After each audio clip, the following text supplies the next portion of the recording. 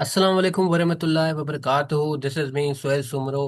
आज हमारे सेशन का दूसरा सब्जेक्ट ज्योग्राफी स्टार्ट होने लगा है। बहुत ही ज़्यादा इम्पोर्टेंट सब्जेक्ट है। आ, बहुत से लोगों का ये तासुर होता है कि ज्योग्राफी सब्जेक्ट इतना ज़्यादा इम्पोर्टेंट नहीं है और वो इस सब्जेक्ट को इग्नोर करने लगते हैं। आपकी एक मिसकंसेप्शन आपको बहुत ही ज़्यादा फ्यूचर में कॉस्ट करेगी, क्योंकि वैसे तो वन पेपर के लिए ज्योग्राफी जीके में फॉल करता है और इससे अक्सर करके सवाल पूछे जाते हैं, लेकिन जहां तक बात सीएसएस की है तो सीएसएस के लिए ये सब्जेक्ट बहुत ज़्यादा इंपॉर्टेंट है, क्योंकि अक्सर करके जो हमारे ज़्यादातर कंपलसरी सब्जेक्ट हैं सीएसएस में, जिसमें Pakistan affairs, current affair, international relation, ऐसे उनको बहुत ज़्यादा टच करता है ज्योग्राफी।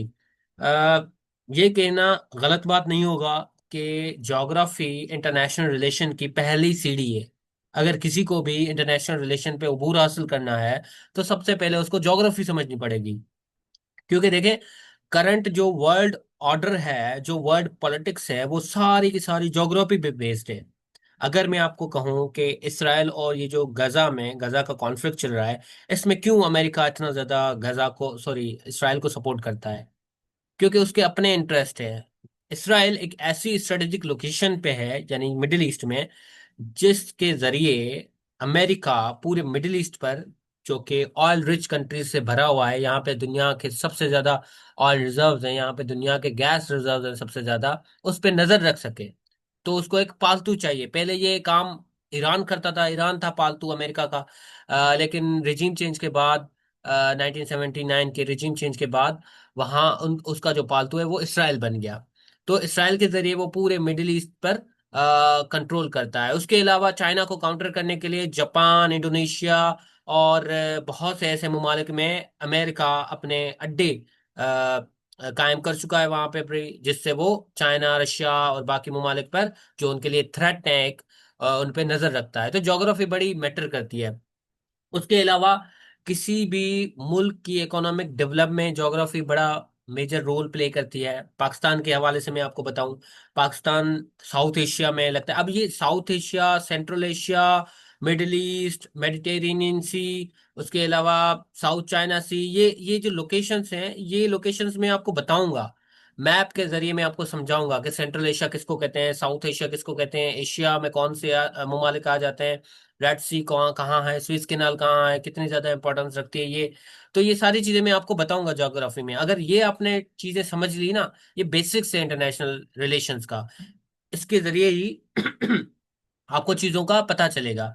अच्छा, मैं आपको बता रहा था कि किसी भी मुल्क की इकोनॉमिक डेवलपमेंट के लिए ज्योग्राफी जो रोल प्ले करती है वो कितना ज्यादा इंपॉर्टेंट होता है। पाकिस्तान के हवाले से मैं बता रहा था, पाकिस्तान, हम साउथ एशिया में पड़ते हैं। हमारे पास साउथ में हमें अरेबियन सी लगता है, जहां पर बिन कासिम पोर्ट है। उसके अलावा यहाँ पे हमारे पास गवादर पोर्ट है। अब गवादर पोर्ट और बिन कासिम पोर्ट हमें सी ट्रेड रूट देते हैं, पूरी दुनिया से कनेक्ट करते हैं। हम हमारे यहाँ पर जो सेंट्रल एशिया ममालिक है, सेंट्रल एशिया में ऐसे ममालिक है जहाँ पर उनके पास समंदर की एक्सेस नहीं होती।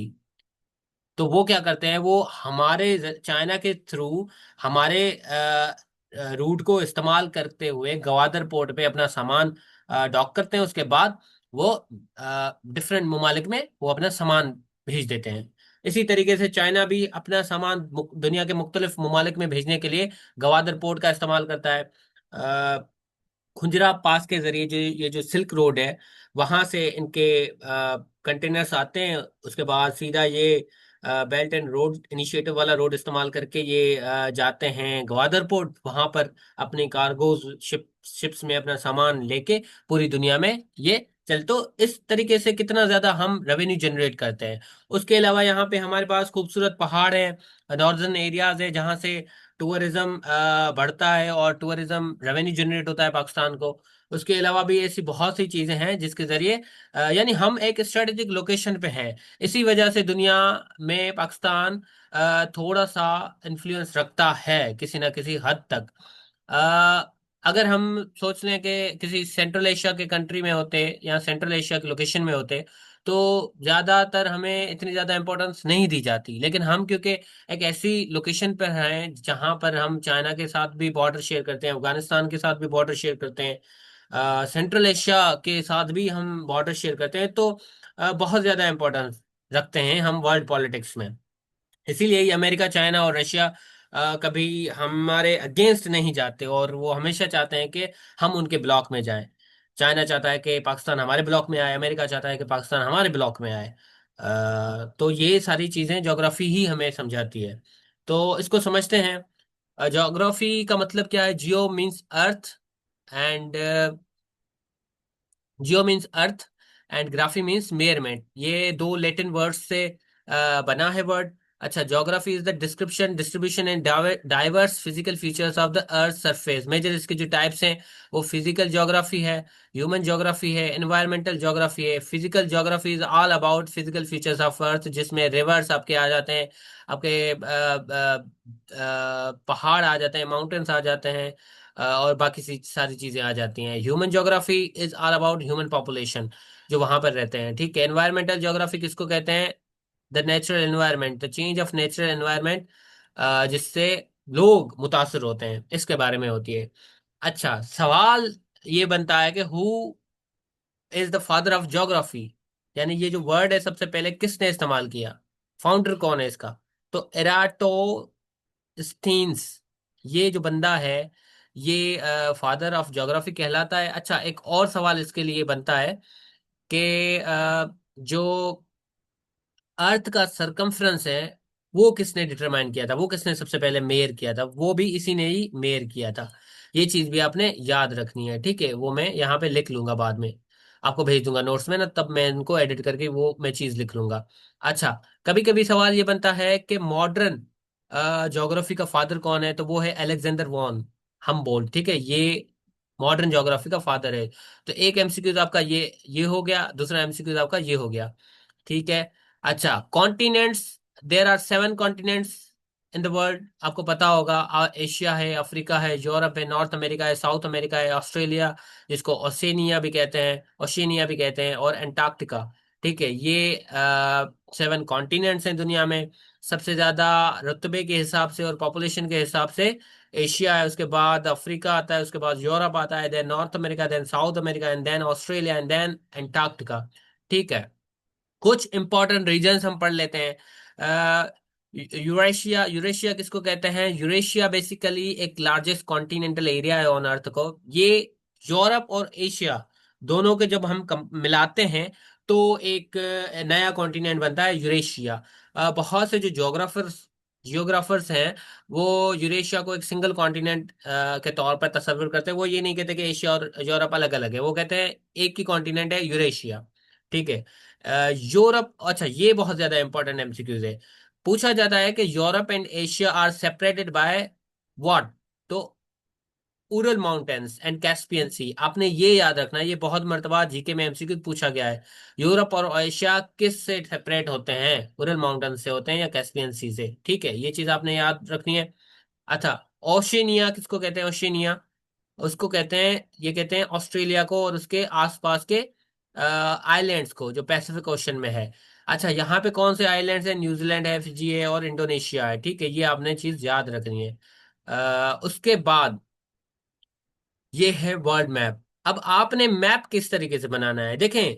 सीएसएस के पेपर में मैप, बहुत मैप, ना सिर्फ मैप बल्कि बाकी ग्राफ्स भी आपको बनाने पड़ेंगे अगर आपको एक अच्छे मार्क्स चाहिए तो। देखिए, सीएसएस अगर कोई बंदा पास भी कर लेता है ना सारे पेपर्स और उसके मार्क्स कम है, तो एग्रीगेट उसका नहीं बनता अच्छा, और इस वजह से फिर उसको एलोकेशन नहीं मिलती है। अगर आपको अच्छे पेपर्स में मार्क्स चाहिए तो आपको ये जो टैक्टिक्स हैं ये इस्तेमाल करने पड़ेंगे। आपको ग्राफ्स बनाने पड़ेंगे, आपको जहां पे जरूरत है वहां पे मैप बनाना पड़ेगा।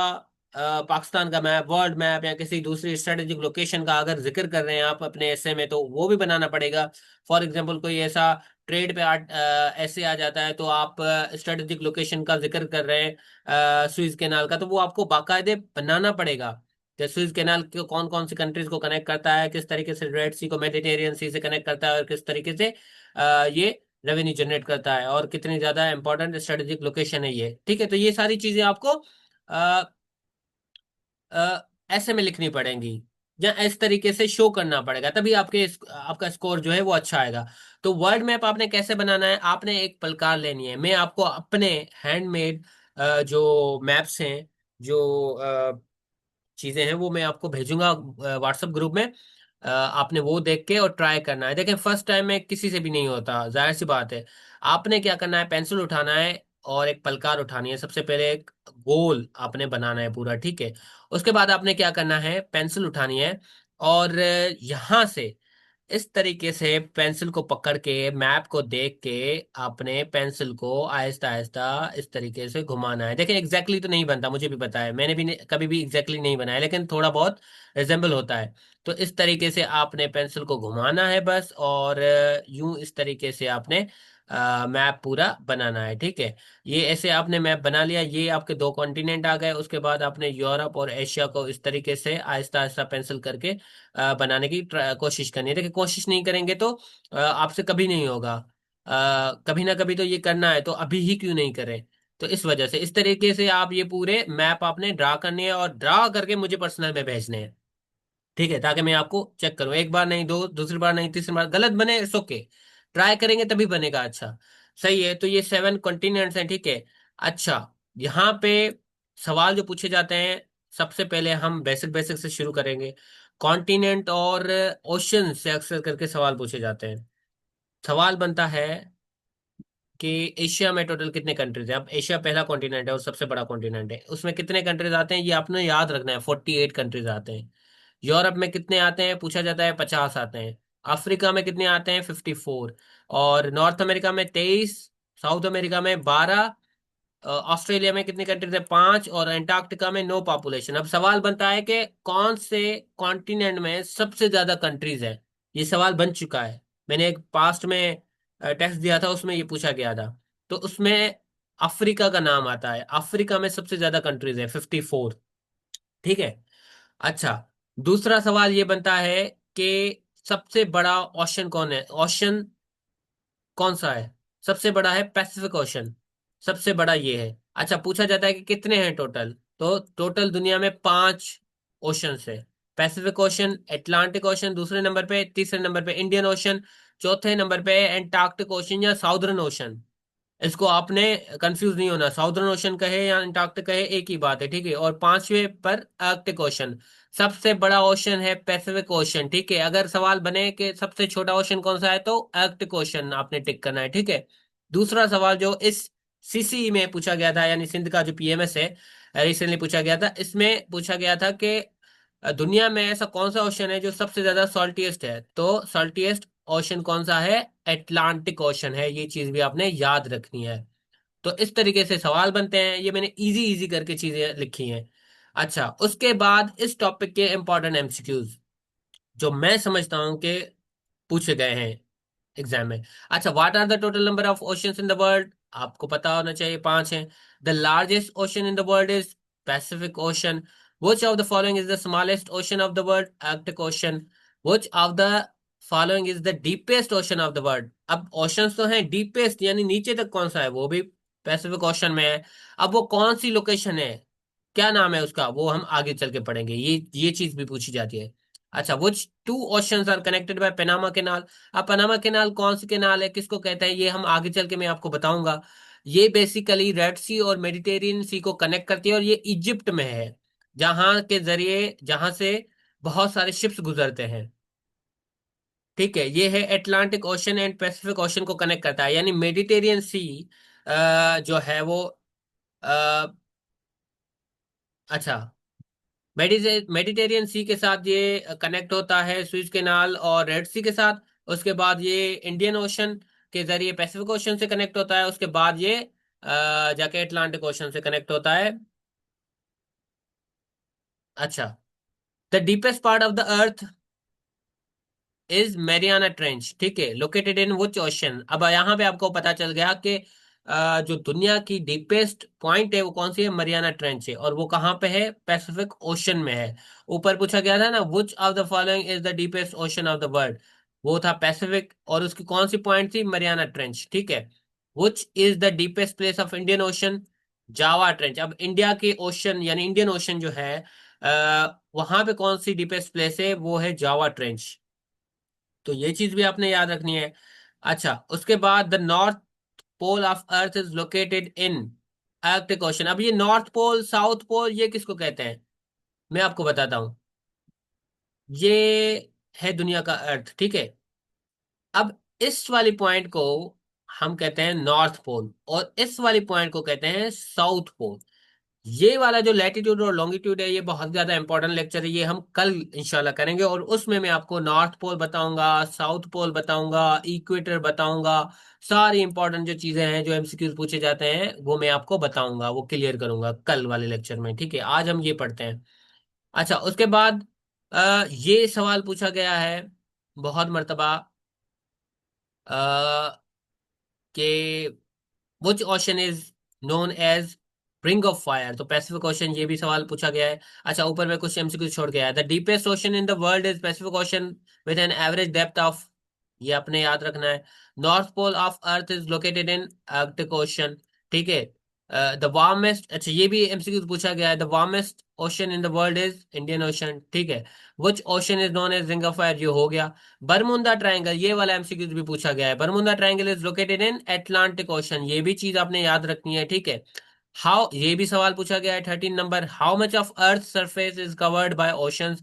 71%, ठीक है। बाकी 29, कभी कभी 70% भी दे देता है, तो अगर 71% नहीं है तो 70% को आपने टिक करना है। ठीक हो गया, ये हो गया थोड़ा हमारा वर्ल्ड का। उसके बाद पाकिस्तान की बारी आती है, तो ये चीजें पूछी जाती हैं। इन डिजर्ट्स के बारे में अक्सर करके जीके में सवाल आते हैं। पाकिस्तान के पहले तो प्रोविंस कितने हैं, और फिर डिजर्ट कितने हैं? 5 प्रोविंस हैं, सबको पता होगा। आ, सिंध, पंजाब, बलूचिस्तान, केपीके और गिलगित बल्तिस्तान, ठीक है। आ, और 5 डिजर्ट्स हैं पाकिस्तान में। 2 डिजर्ट हैं पंजाब में, एक है सिंध में, एक बलूचिस्तान में, और एक है गिलगित बल्तिस्तान में, ठीक है। केपीके में यहाँ पे कोई भी डिजर्ट नहीं है। सवाल ये बना है कि which province of Pakistan has no desert. आपने याद रखना है केपीके में कोई भी डिजर्ट नहीं है, तो केपीके को चूज करना है। और ये भी सवाल बनना है कि विच प्रोविंस हैज 2 डिजर्ट्स इन पाकिस्तान, तो पंजाब 2 डिजर्ट। अब पंजाब में, अच्छा सिंध में, ये जो है, ये वाला जो एरिया है, यहाँ से थर स्टार्ट होता है, बहुत वसी है। ये इंडिया तक जाके कच्छ जो रिवर है वहां पर जाके उससे मिलता है, ठीक है। तो यहाँ पे थर डिजर्ट है। इसी से कनेक्ट होता है एक दूसरा डिजर्ट जो पंजाब के बॉर्डर के अंदर है, उसको कहते हैं थल डिजर्ट। उसी के साथ कनेक्ट होता है तीसरा इनका डिजर्ट, जो कि चोलिस्तान डिजर्ट है, ठीक है। उसके बाद बलूचिस्तान में एक डिजर्ट है जिसको कहते हैं खरा डिजर्ट, ठीक है। अ, उसके बाद जीबी में एक कोल्ड डिजर्ट है जिसको कटपना डिजर्ट कहते हैं। अब इसको कोल्ड डिजर्ट ऑफ पाकिस्तान भी कहते हैं, पाकिस्तान का ठंडा डिजर्ट, ठीक है। ये भी सवाल बना है, which is the coldest cold desert of Pakistan, तो आपने याद रखना है कटपना डिजर्ट, सही है। ये चीजें थोड़ी बेसिक बेसिक थी, आपने याद रखनी है। डिजर्ट्स आपने नाम लाजमी याद रखने हैं, क्योंकि ये पूछा जाता है। ये भी सवाल बनता है कि पाकिस्तान में टोटल कितने डिजर्ट्स हैं, तो आपने याद रखना है 5 डिजर्ट्स हैं। अच्छा, प्रोविंसेस के कैपिटल्स आपने याद रखने हैं, अगर किसी को नहीं पता तो। सिंध का कराची कैपिटल है, पंजाब का लाहौर है कैपिटल, बलूचिस्तान का कैपिटल है कोयटा, केपीके का है पिशावर, गिलगित बल्तिस्तान का अक्सर करके पूछते हैं वो है गिलगित, और आजाद कश्मीर का भी पूछा जाता है, लोगों को नहीं पता होता। आजाद कश्मीर का कैपिटल है मुजफ्फराबाद। ये चीजें याद रखनी है आपने, बेसिक बेसिक चीजें हैं, ज्यादा डीप लेवल की चीजें हैं नहीं। तो ये चीजें आपने याद रखनी है, और पाकिस्तान को सबको पता है इस्लामाबाद कैपिटल है, ठीक है। अच्छा, दूसरी चीज, सवाल ये बनता है कि पाकिस्तान का मोस्ट पॉपुलेटेड प्रोविंस कौन सा है, यानी सबसे ज्यादा पॉपुलेशन वाला, वो है पंजाब, 12.7 करोड़ की आबादी के साथ। Second most populated province is Sindh, 6 crore आबादी के साथ। तीसरे नंबर पे खैबर पख्तूनख्वा आता है। अच्छा, ये खैबर पख्तूनख्वा का 6 करोड़ नहीं है, ये 4 करोड़ है, ठीक है। ये गलती से मिस्टेक हो गई, मैं इसको सही कर दूंगा। अच्छा, बलूचिस्तान का चौथे नंबर पे नाम आता है, 1.5 करोड़। अब यहाँ पे सवाल ये बनता है कि which province has least population, तो वो बलूचिस्तान को टिक करोगे आपने। अगर पूछे कि which province is largest province of Pakistan by area, तो वो आपने टिक करना है बलूचिस्तान को। बलूचिस्तान एरिया के हिसाब से सबसे ज्यादा बड़ा है, और पॉपुलेशन के हिसाब से सबसे ज्यादा कम है। तो ये कुछ बेसिक सी चीजें थी, जो कि आई थिंक इतनी ज्यादा कॉम्प्लिकेटेड नहीं है। कल इंशाल्लाह लेटीट्यूड और लॉन्गिट्यूड का हम कॉन्सेप्ट समझेंगे। इस कॉन्सेप्ट के बाद इसके एमसीक्यूज करेंगे, और फिर मैं आपको सेंट्रल एशिया क्या होता है, साउथ एशिया क्या होता है, और ये सारी जो स्ट्रेटेजिक लोकेशंस हैं और ये जो कॉन्फ्लिक्ट जिनकी वजह से दुनिया में हो रहे हैं, तो इनके बारे में थोड़ा थोड़ा बताऊंगा इंशाल्लाह। आपको चीजें समझ में आएंगी। ये बहुत ही ज्यादा अहम चीजें हैं, सीएसएस के स्टूडेंट के लिए तो लाजमी है ये चीजें। तो इंशाल्लाह कल के लेक्चर में मिलते हैं। और अल्लाह हाफिज।